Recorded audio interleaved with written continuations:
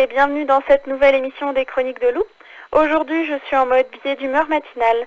En effet, faire des critiques littéraires ne convient pas au format chronique et j'ai décidé de faire une émission à part pour la littérature, mais je vous en parlerai une autre fois. Enfin, aujourd'hui, je vais vous parler d'un sujet d'actualité qui me tient vraiment à cœur et dont j'aurais dû vous parler plus tôt. Ça fait 2 semaines déjà que la Coupe d'Europe de football a commencé. Et cette compétition, on ne pouvait pas la louper.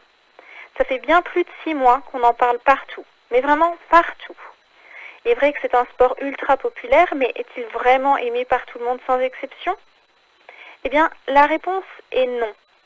Et je viens aujourd'hui vous parler de cette vague qui, personnellement, m'étouffe. Vous l'aurez compris, c'est l'Euro de football. Alors, soyons bien clairs tout de suite, le football n'est pas un sport que j'apprécie spécialement, mais je ne le déteste pas. En effet, il ne m'a rien fait. Par contre, on fait tout un plat de cette compétition européenne, en tout cas assez pour que je pousse un coup de gueule.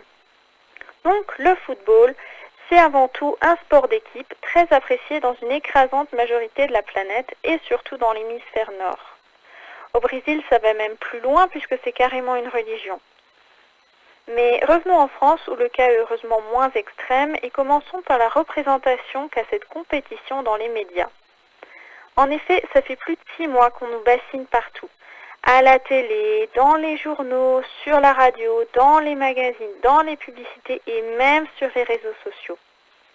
Ça a bien sûr commencé par les publicités parce que le marketing est très doué en lavage de cerveau et manipulation de masse. Coca-Cola et Hollywood Chewing Gum, oui, je sais, placement de produit, et bien d'autres marques de produits de consommation montrent combien la communauté des supporters est dynamique, unie, respectueuse, en bref, parfaite.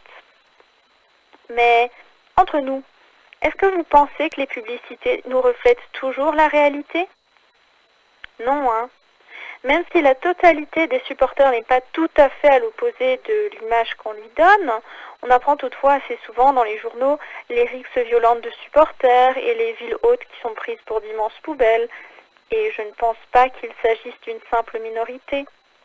C'est beau ça, Et comme évoqué précédemment, il est question de football partout en ce moment. Dans les émissions télévisées, quelles qu'elles soient, dans les émissions sportives, même dans le Tour de Suisse et le Critérium, qui sont, je le rappelle, des compétitions de cyclisme.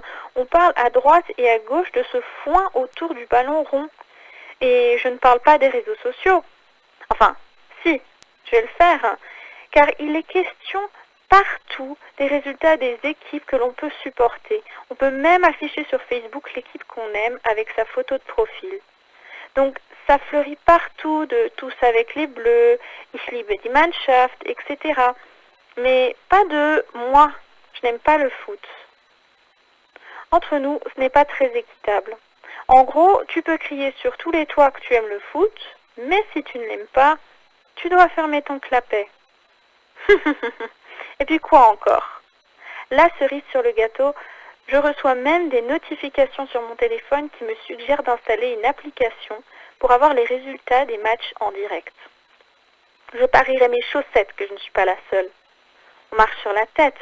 On n'est même plus libre de choisir ce qu'on veut voir sur nos téléphones. Et pire encore, pour ceux qui n'aiment pas le foot, vous êtes-vous déjà heurté à vos proches, collègues, familles, etc.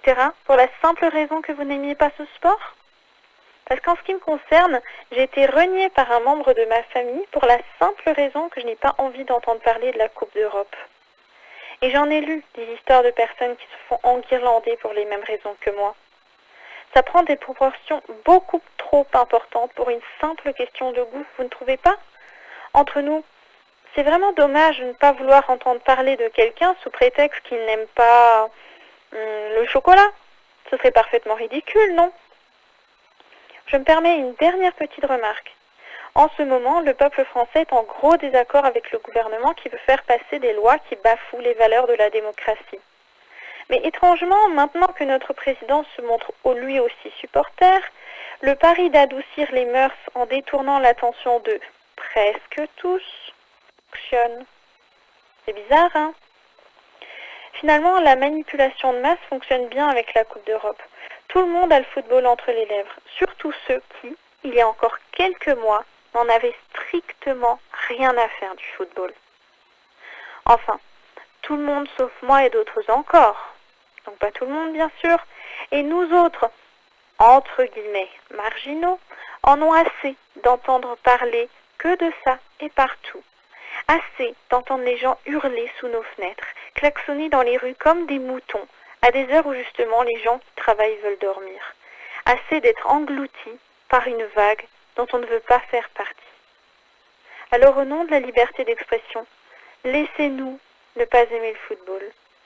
Laissez-nous ne pas avoir envie d'entendre parler de ça. Laissez-nous pousser nos coups de gueule et laissez-nous dans notre coin, parce que nous, on vous laisse suivre vos passions comme bon vous semble. C'était le billet d'humeur de Lou. Je vous remercie de votre attention.